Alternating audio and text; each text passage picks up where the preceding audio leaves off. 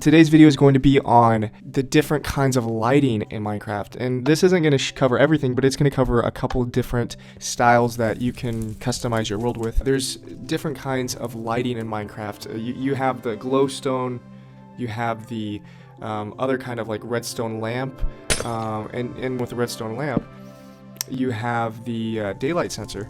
And the daylight sensor is great because you can have it activated at either nighttime.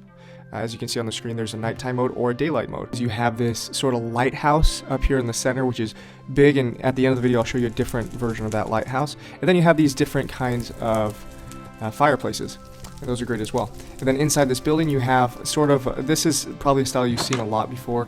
It's just the glowstone lights with a trapdoor underneath it. And then here is like a little tiny medieval torch kind of style with cobblestone walls. You have the stone slab on the bottom, and then you have the reverse stairs, and you have the slab on the top as well. So those are the different things. Now I'm going to show you how to build the lighthouse first. You're going to do a 3x3, so 9 blocks total, and then you're going to put stairs across the entire outside of that 3x3 block of stone bricks. And once you do that, you're going to build within that inner range of 3x3. You're going to build about 2 levels high, and you're going to leave the center block empty. You can fill it, it just depends on how you...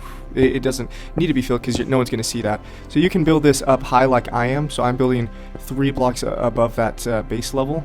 So I'm going to build... I'm going to put the netherrack right here, and then I'm going to put the cobblestone walls on the outside. And then all I'm going to do is just put some stairs around this edge. And just pay attention to how I'm placing the stairs. So you have to place it in a certain way, like that, or else you'll get a problem with the formation. And so just look at, see, there's another arrow right there. And again, so you just have to, it might take a little bit of patience to get it right so that it looks decent when you're placing it. You can see it's a little bit frustrating, but it will turn out eventually if you just keep trying. And then you put a slab on top, or you don't have to. Now I'm just going to start the fire real quick and show you the differences between putting a slab on top or not. If you have it exposed like that, the smoke will come through the roof, so it looks like a nice sort of torch effect. But if you have the slab on top, then you can see there's no smoke that is coming on top, so it's sealed. And so that's just whichever way you prefer. And then we're going to do the furnace, or the fireplace, sorry. And the fireplace, you're going to have this outer barrier. We're going to show the first style first, the one that has the walls on the side with the stairs. And then you have this stone right here, and you have the stairs coming here and then here. And also here, pay attention to this style because it's similar to what we did before. You want the stairs not coming like that. You want it to come so that it's facing towards that, just like that. And you just build the stairs all the way across here, and then you're going to do the same thing with that end, just like that. And then we're going to put a slab on top of those stairs. So now we're going to place the netherrack into the ground, so we're going to start digging holes.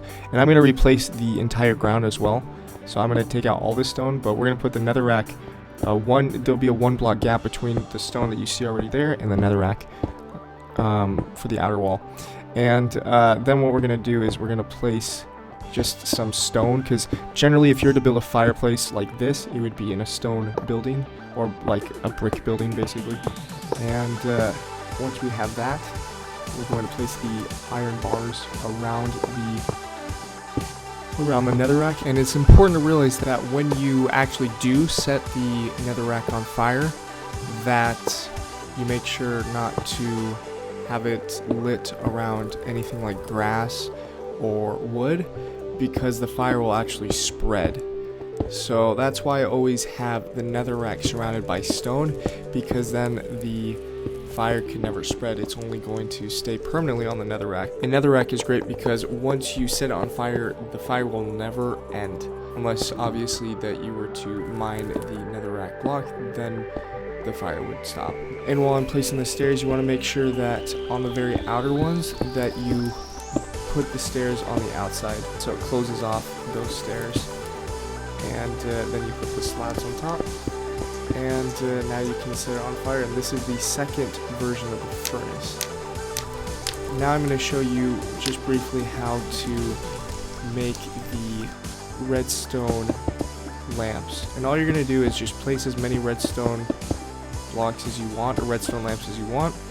And then what you're going to do on top of it is you're just going to place a power supply, like a redstone torch, or you can place a lever if you want to turn it off or on automatically, or you can put a daylight sensor on top, depending on how you would like to, whatever method you would like to use.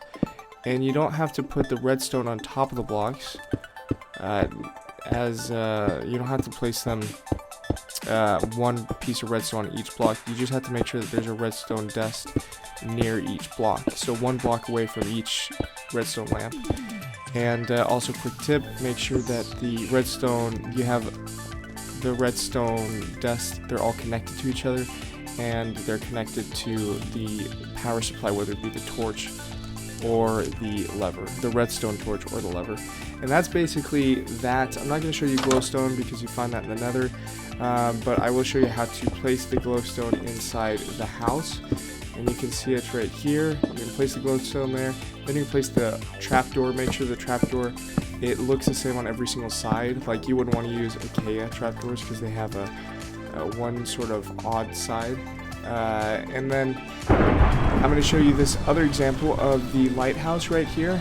It's a 4x4 lighthouse, and you have the iron doors inside here. And it's just a little bit of a unique view. Here's my giant tree house, and here's another version of how you can build glowstone by having it every other block. And you can see also the village, basically the village torch. Thank you so much, everyone, and I hope you have an amazing day.